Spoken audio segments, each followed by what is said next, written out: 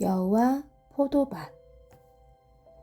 포도가 주렁주렁 열린 포도밭을 배고픈 여우가 지나가고 있었어요.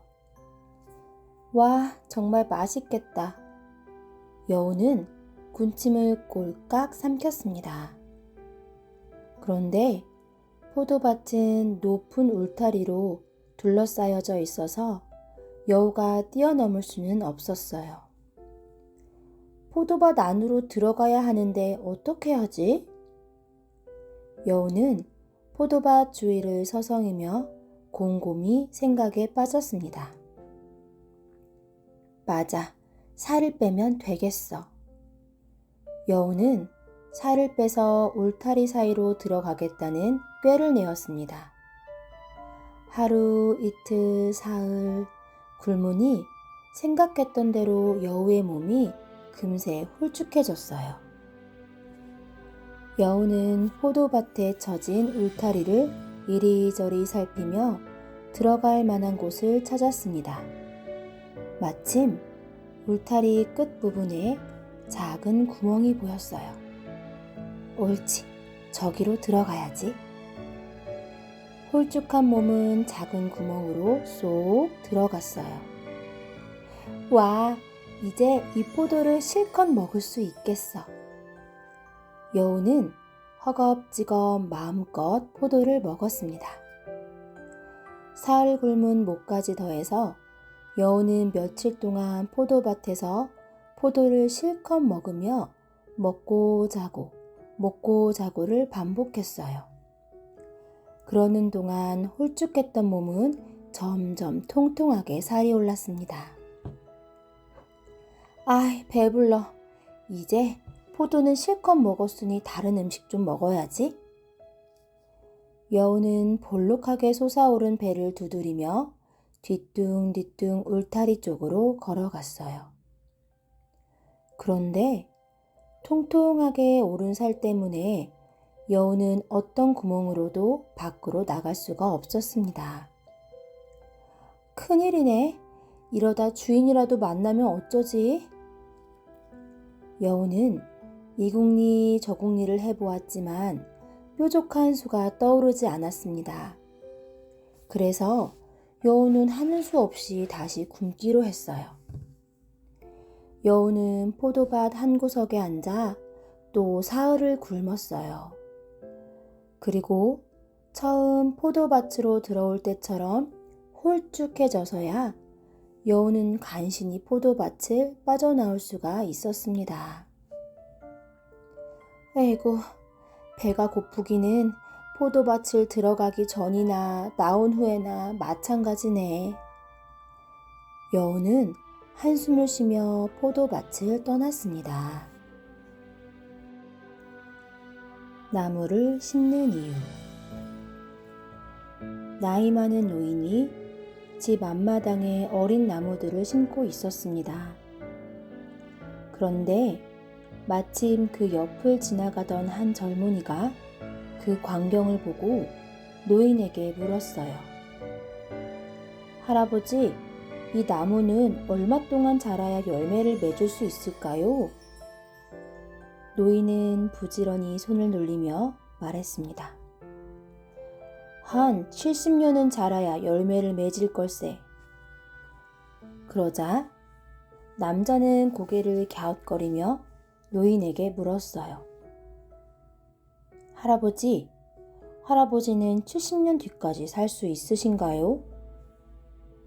할아버지는 잠시 일손을 멈추고는 이야기했습니다. 아마 내가 그때까지는 살지는 못하겠지. 그러자 젊은이가 다시 물었어요. 그런데 할아버지는 왜 이 나무를 심고 계시는 건가요?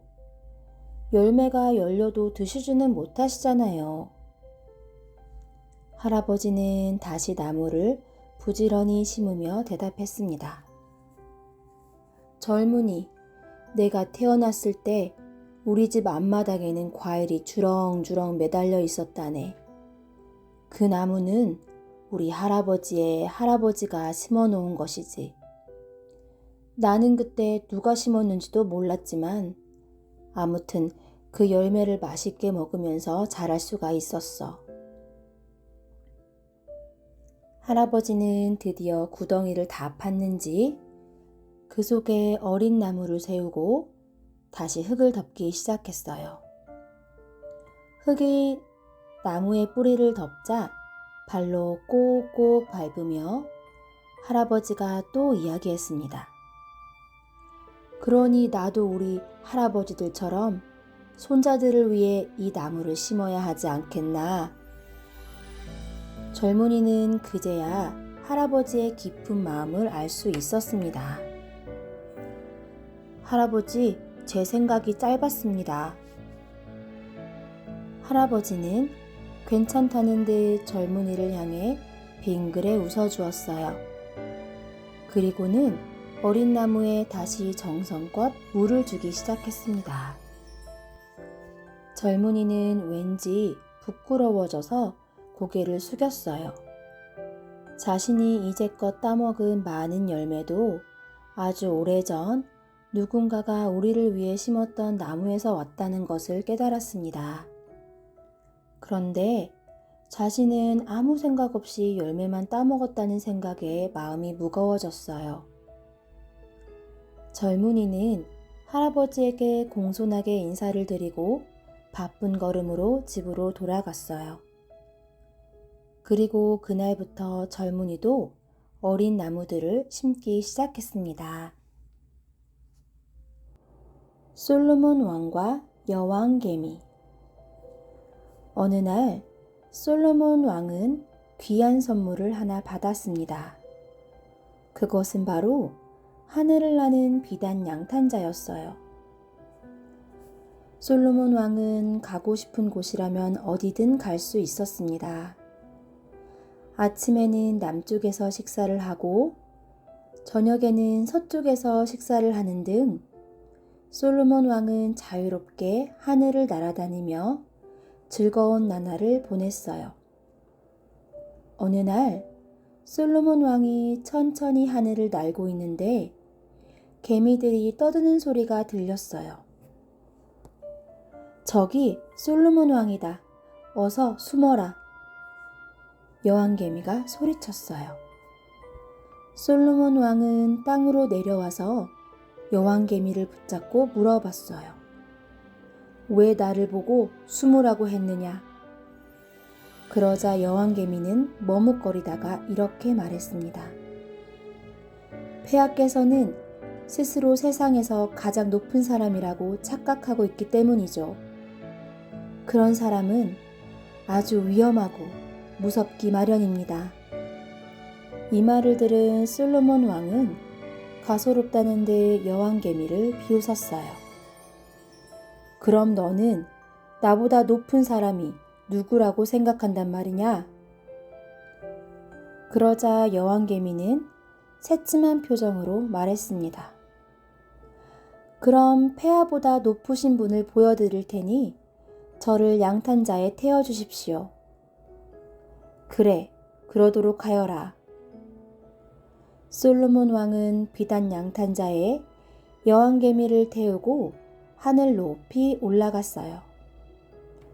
평소보다 더욱더 높이 올라간 솔로몬 왕은 의기양양하게 소리쳤습니다. 자, 나보다 높은 사람이 있으면 이리 나와보라고 하라. 폐하, 위를 보세요. 제가 있지 않습니까? 여왕개미는 솔로몬 왕의 머리 위로 올라가 날며 이렇게 말했습니다. 살아있는 바다와 죽은 바다. 이스라엘 요르단 강 근처에는 큰 호수가 2개 있습니다. 바로 가릴리 호수라고 부르는 살아있는 바다와 사해라고 부르는 죽은 바다입니다. 어느 날 한 랍비가 제자들을 데리고 산책하러 나갔어요. 살아있는 바다와 죽은 바다를 처음 본 제자들은 고개를 갸우뚱했습니다. 왜냐하면 두 바다 모두 똑같은 요르단 강물을 받아들이는데 경치는 정반대였기 때문이에요.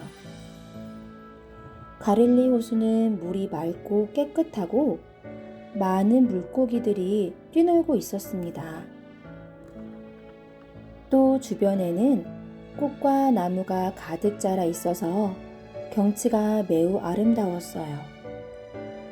반면에 사해는 물이 탁하고 물고기를 단 한 마리도 찾아볼 수가 없었습니다. 게다가 주변에는 나무는 물론 풀 한 포기도 자라지 않아서 몹시 삭막했어요. 제자들은 랍비에게 물어봤어요. 선생님, 두 바다 모두 요르단 강물을 받아들인다는 게 정말입니까? 제자들이 무엇을 궁금해하는지 알아차린 랍비는 방긋 웃으며 대답했습니다. 그렇다네. 하지만 큰 차이가 있지. 물맛이 어떤지 한번 느껴보게. 제자들은 먼저 가릴리 호수의 물을 한 모금 떠서 마셨어요. 모두 깔끔하고 시원한 맛에 감탄하며 맛있게 마셨습니다. 이번에는 사해의 물을 한 모금 떠서 마셨습니다.